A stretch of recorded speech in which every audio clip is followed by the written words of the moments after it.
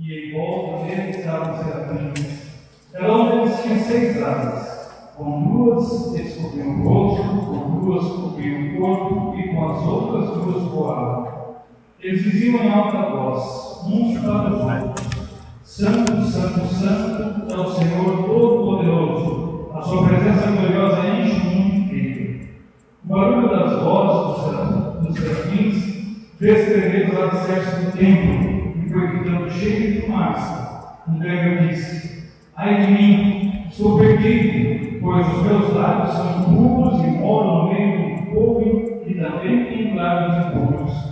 E com os meus próprios olhos vi o Rei, o Senhor Todo-Poderoso.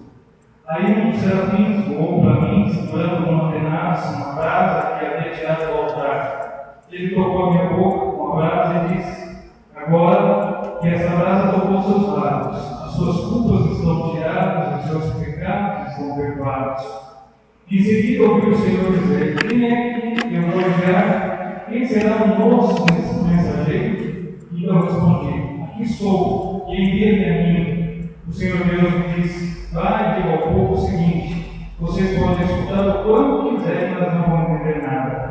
Podem olhar bem, mas não enxergarão nada. Isaías faça com que esse povo fique com a mente fechada, com os ouvidos surdos e com os olhos cegos, a fim de que não possam ver, nem ouvir, nem entender. Pois se pudessem, eles voltariam para mim e seriam curados.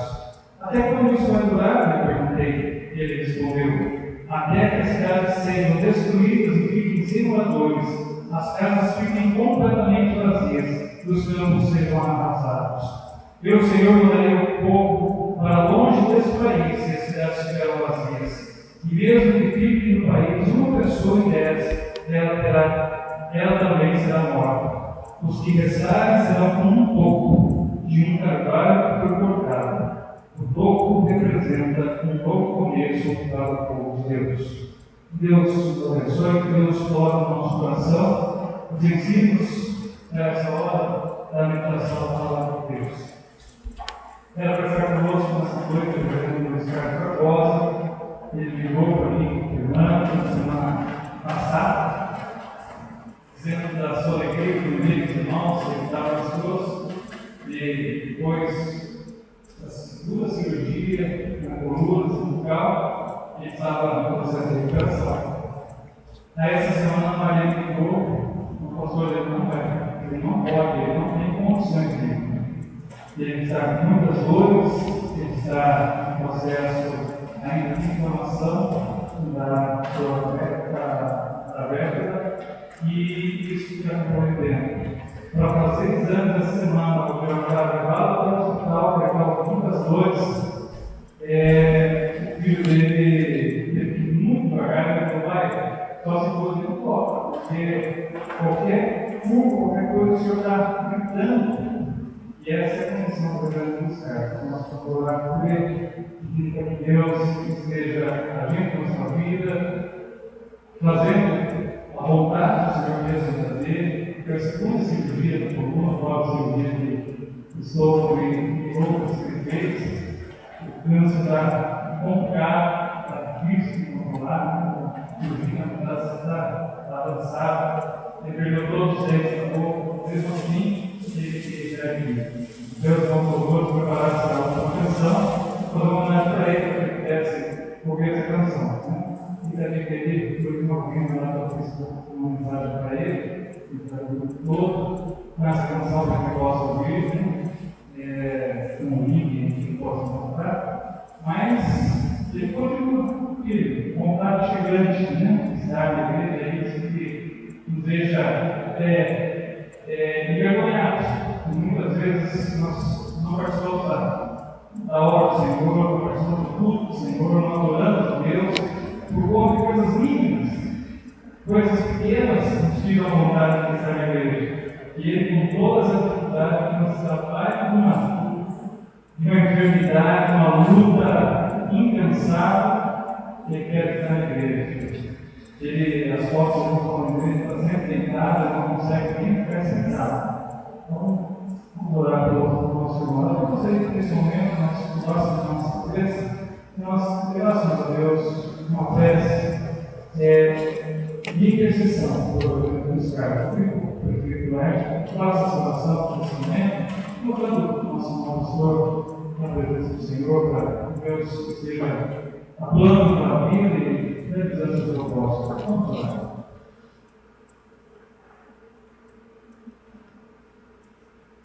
Deus, Pai, em nome de Jesus Cristo, nós estamos, Senhor, na tua presença. Temos que viver nesse momento, Senhor, tudo isso, Senhor, por nome, pastor dos Carlos, o rei da enfermidade, da mal, da cura, Senhor, a liberação de nós, Senhor, que trabalha para tudo que nós, Senhor, médico, muitas vezes, Senhor, os médicos não têm mais jeito, mais jeito para aquilo, Pai, tudo, Senhor, a comunidade, olha nossa graça, Senhor, o coração do Senhor, arranca todo o mal, aquilo que é verdade, lá no Senhor, que sabe, Senhor, e nós confiamos aqui, sabemos que só tu, Senhor, o médico do médico, o Deus, o Pai, o Pai, em nome de Jesus, Deus, Pai, o Pai, Senhor, você serve, Senhor, olha a nossa igreja, abençoa a nossa igreja, pois em verdade, Senhor, da despesa, muitas vezes da preguiça, arranca todo esse mal, Senhor, dos seus filhos, para cada Senhor, olha o pastor, que o Espírito Santo, Senhor, possa tocar, Senhor, a palavra, Senhor, que vem ao nosso coração, Senhor. Abençoa, Senhor, nosso filho, Senhor, e que a nossa Pai, caminhando para Senhor, e além de cada um, nós tomamos a vida e agradecemos todo mundo, Pai, em nome de Jesus. Amém. Nós pegamos as homenagens que os irmãos fizeram às mulheres, hoje em dia Nacional das Mulheres, mudando, né? Interessante como coisa tudo, né?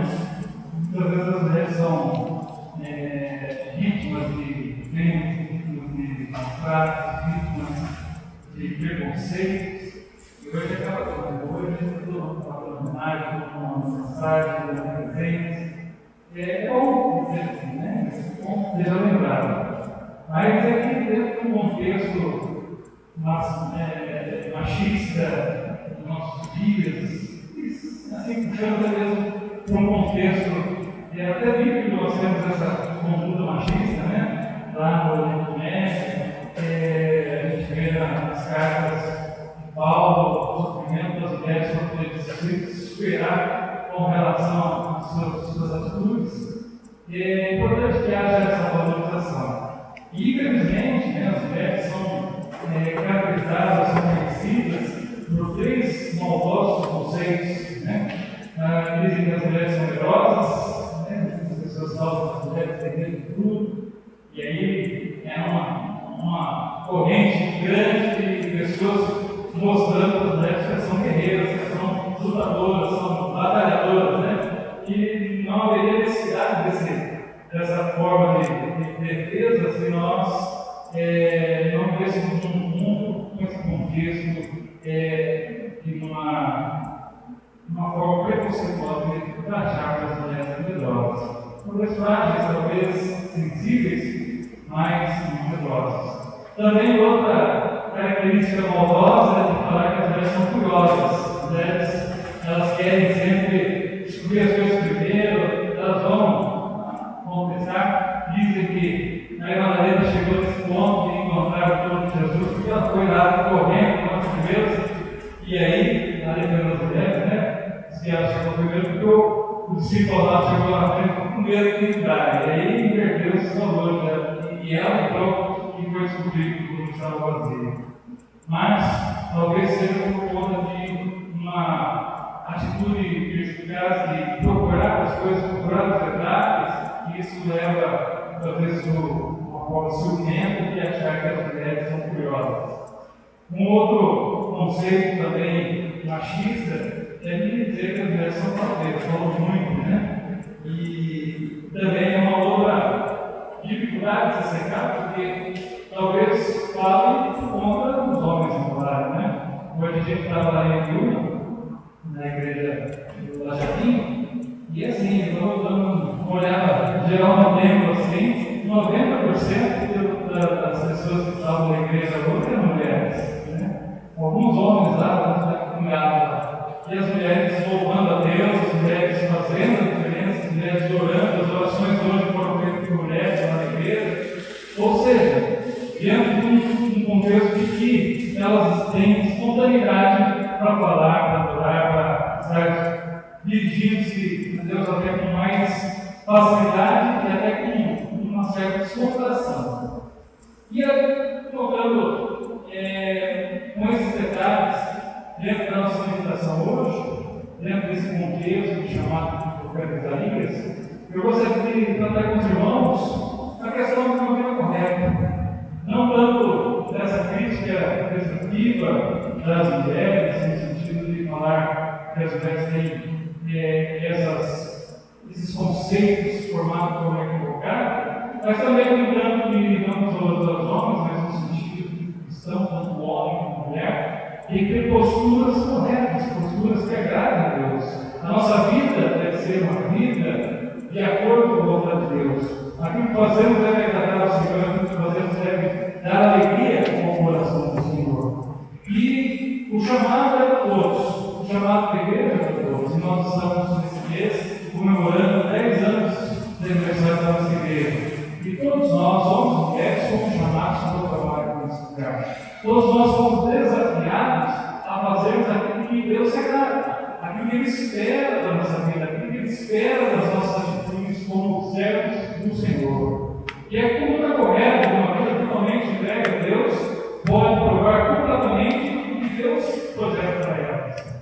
E aí, eu quero trabalhar com os irmãos essa noite sobre 3 aspectos assim, que são marcantes como um segredo de uma vida usada por Deus.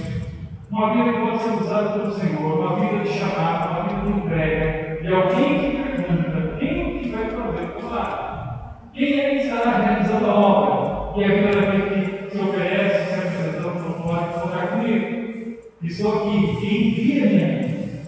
Será que todos nós temos essa capacidade de pensarmos, de olharmos, ouvirmos a voz de Deus?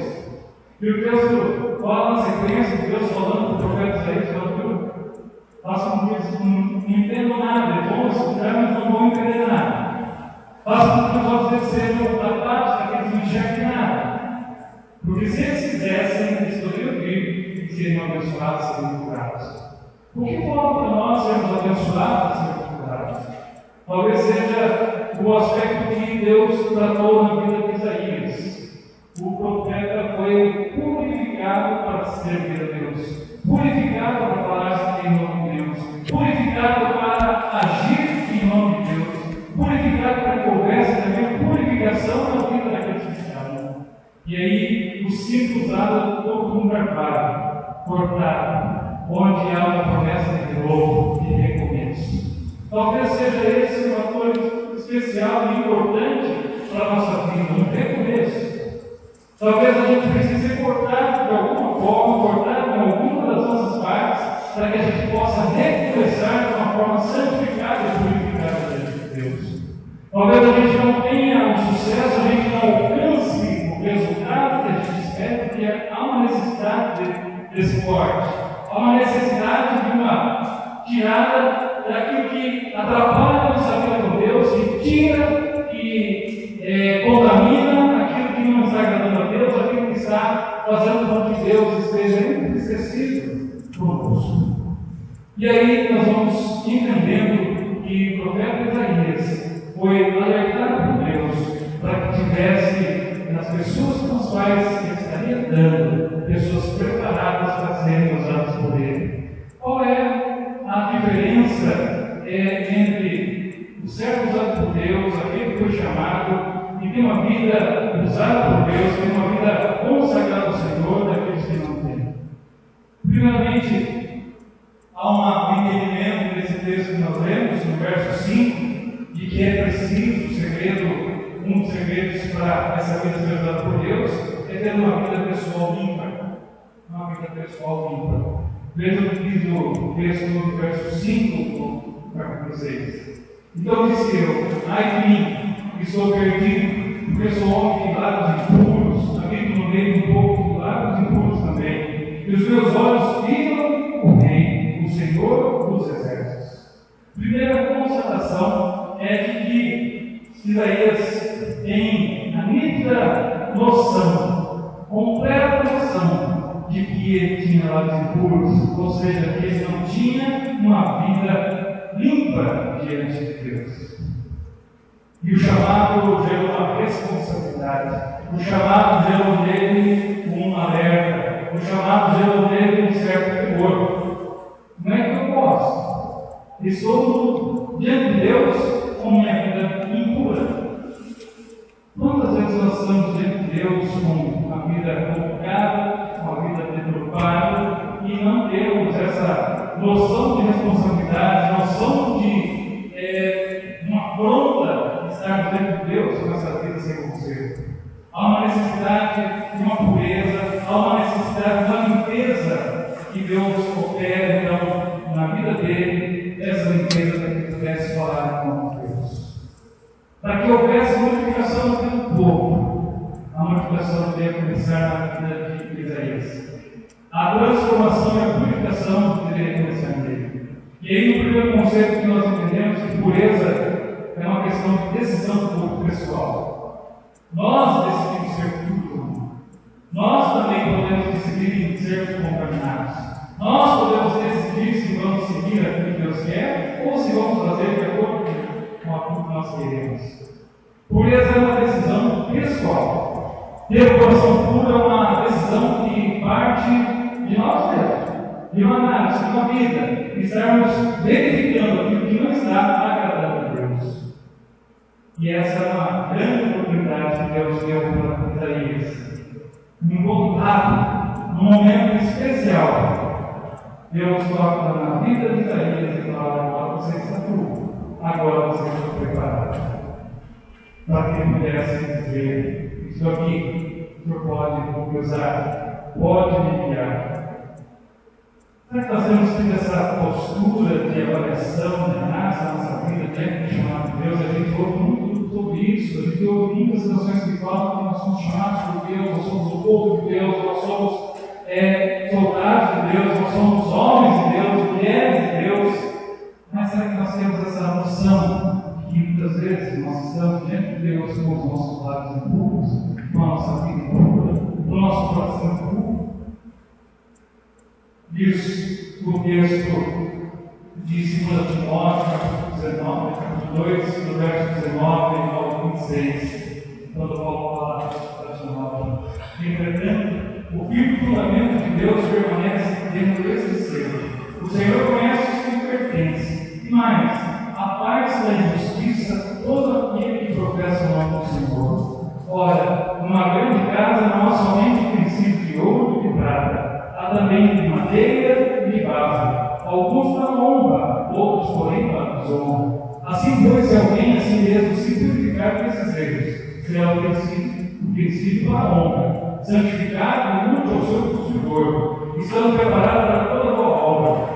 Foge ou prossim das paixões da mocidade, segue a justiça, a fé, o amor e a paz com os que de coração puro invocam o Senhor. E repele as questões insensatas e absurdas, pois sabe que só engendram contendas.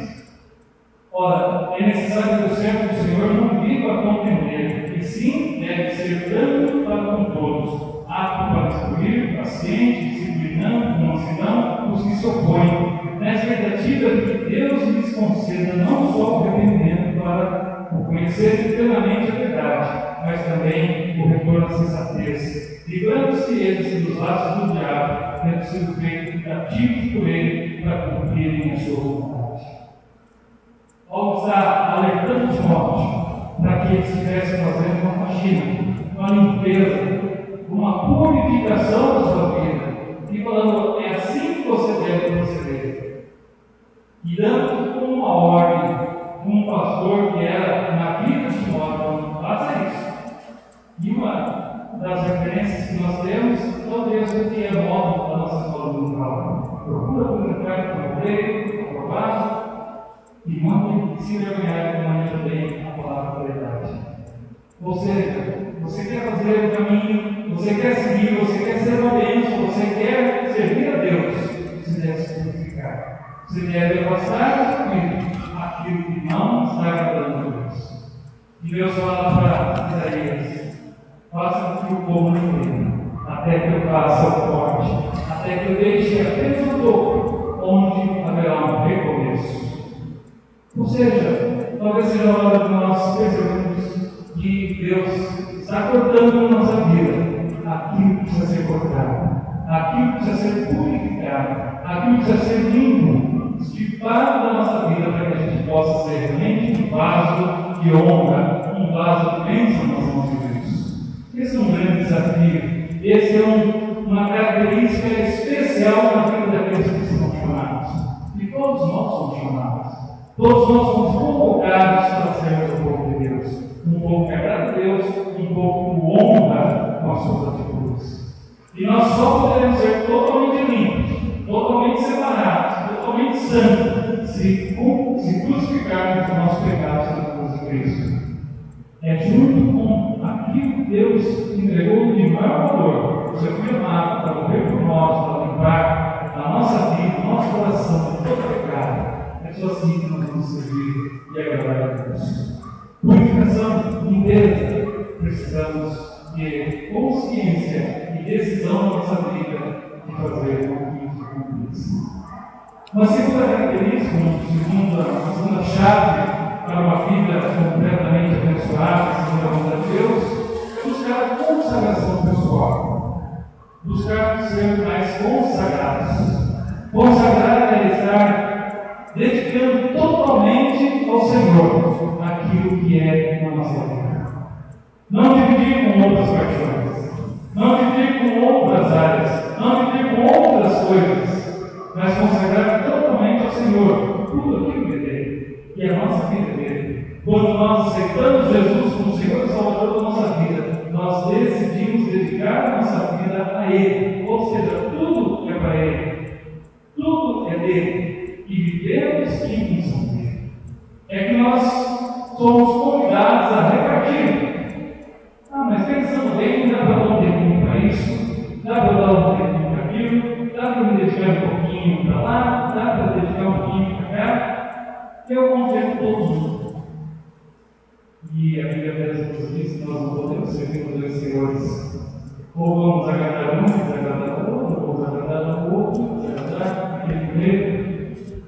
E nós precisamos servir ao Senhor e servir com alegria. Veja o texto. Com a brasa tocou minha boca e disse: eis que ela tocou os teus lábios, a tua iniquidade foi tirada e perdoado o teu pecado.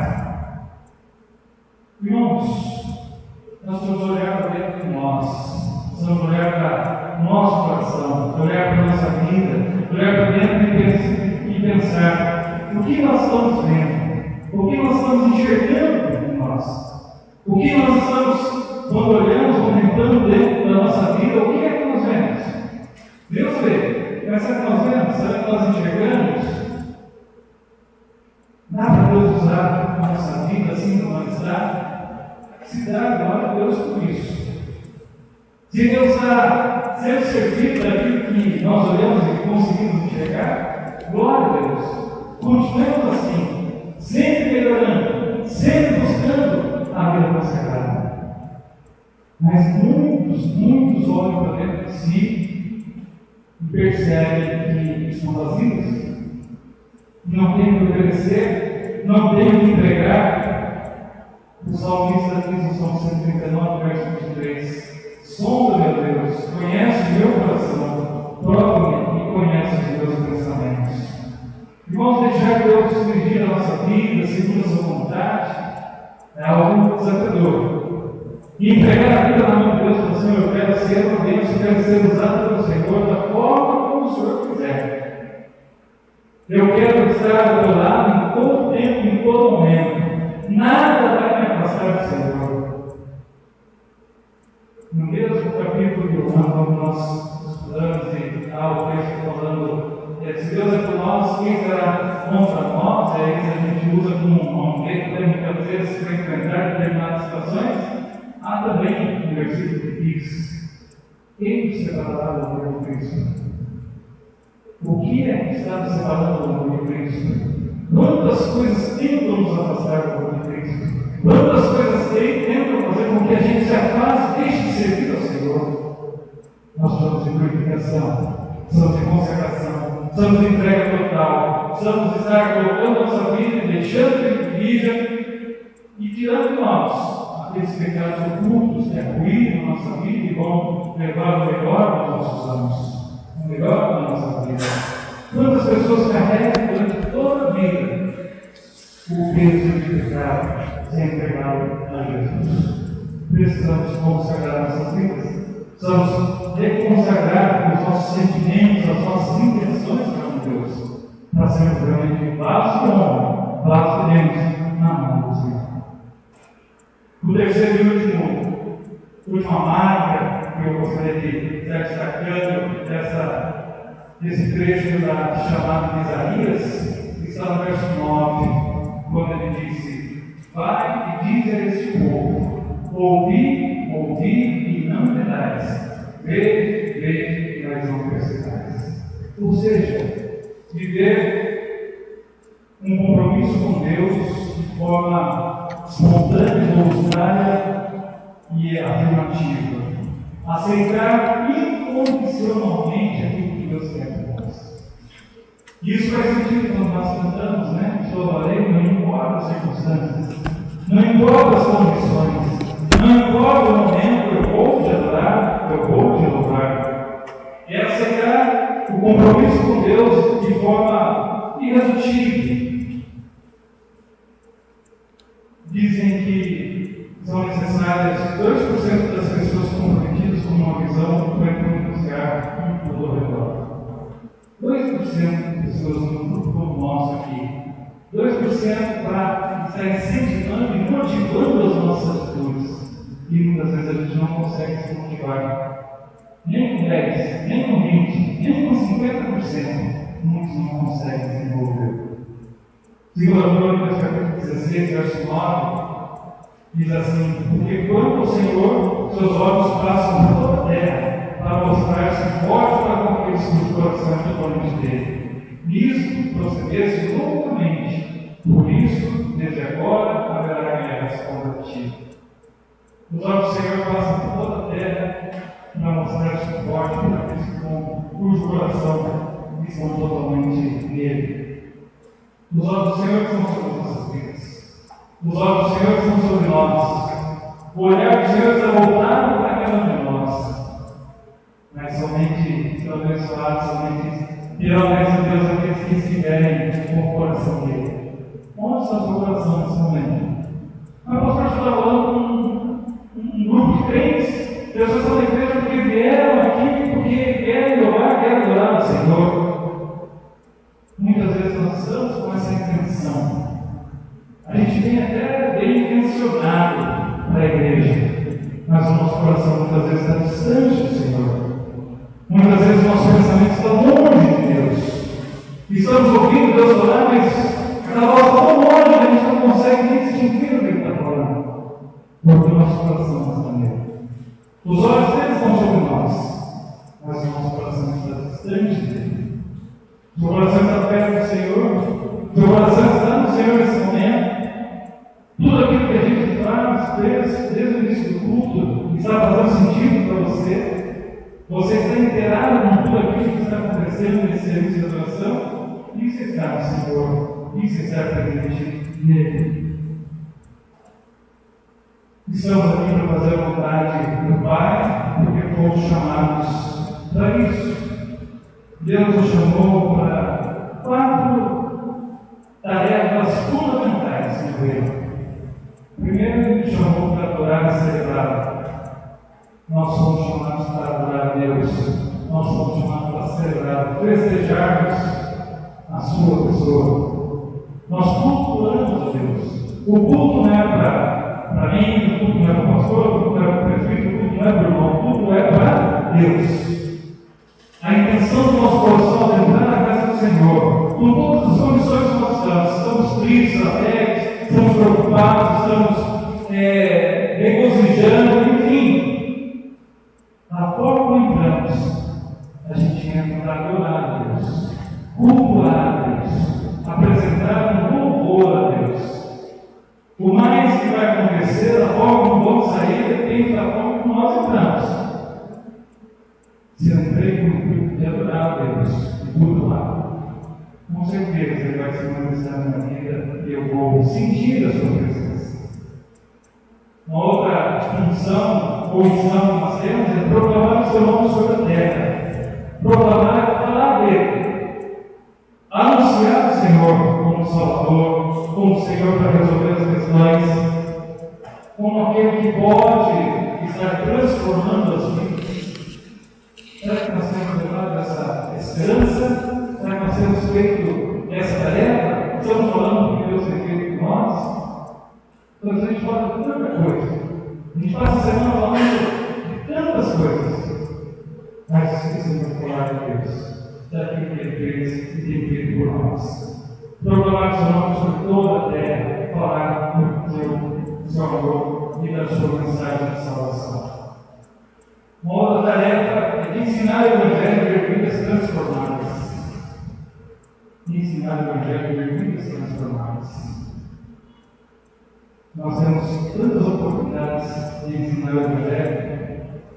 Ah, pastor, como eu vou ficar abrindo a minha Bíblia lá e ficar pregando? Você lá não gosta do serviço. Você não precisa nem abrir a Bíblia. Santo Agostinho disse que prega a palavra, se for preciso, use a sua voz. Ou seja, a gente prega a palavra com a nossa vida, com as nossas atitudes, com o nosso jeito de ser. Nós precisamos aprender a falar do amor de Deus e ter a possibilidade de ser transformados. E a quarta e última tarefa, missão, é promover a comunhão dos irmãos e servir ao Senhor com alegria no ministério que nos foi dado. E aí eu volto ao início da nossa mensagem quando fizemos menção às mulheres. As mulheres têm sido pioneiras no trabalho de comunhão, no trabalho de servir com alegria. Nós precisamos crescer ainda mais nessa tarefa. Temos muita coisa para fazer. Temos muita tarefa para fazer. E a gente só vai cumprir esse trabalho, só vai terminar essa tarefa quando estivermos plenamente capacitados. E isso a gente não vai conseguir aqui, na face da terra. Somente determinado quando estivermos na presença de Jesus Cristo. Porque aqui na terra nós somos felizes, estamos sendo discipulados, nós somos discípulos de Jesus. E a cada dia a gente aprende uma coisa nova de como servir o Reino. Esse aqui disse o profeta: envia-me. Depois de transformado, depois de purificado, depois de consagrado, pode falar para o povo. Estamos sendo chamados também. Deus está mandando para cada um de nós.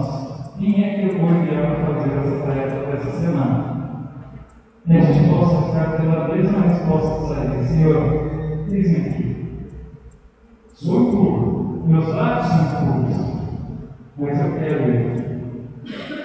Purifica-me, trata a minha vida, consagra a minha vida para que eu possa ser o do teu reino, a tua honra. E Deus nos torne purificados, que possamos ter essa intenção no nosso coração, o desejo de sermos limpos, termos condições de ser usados por Deus. E Ele vai fazer grandes coisas como nós contamos. As coisas vão acontecer à medida que nós nos colocarmos à disposição do Senhor, dizendo: eis-me aqui, Senhor, envia-me. Deus abençoe.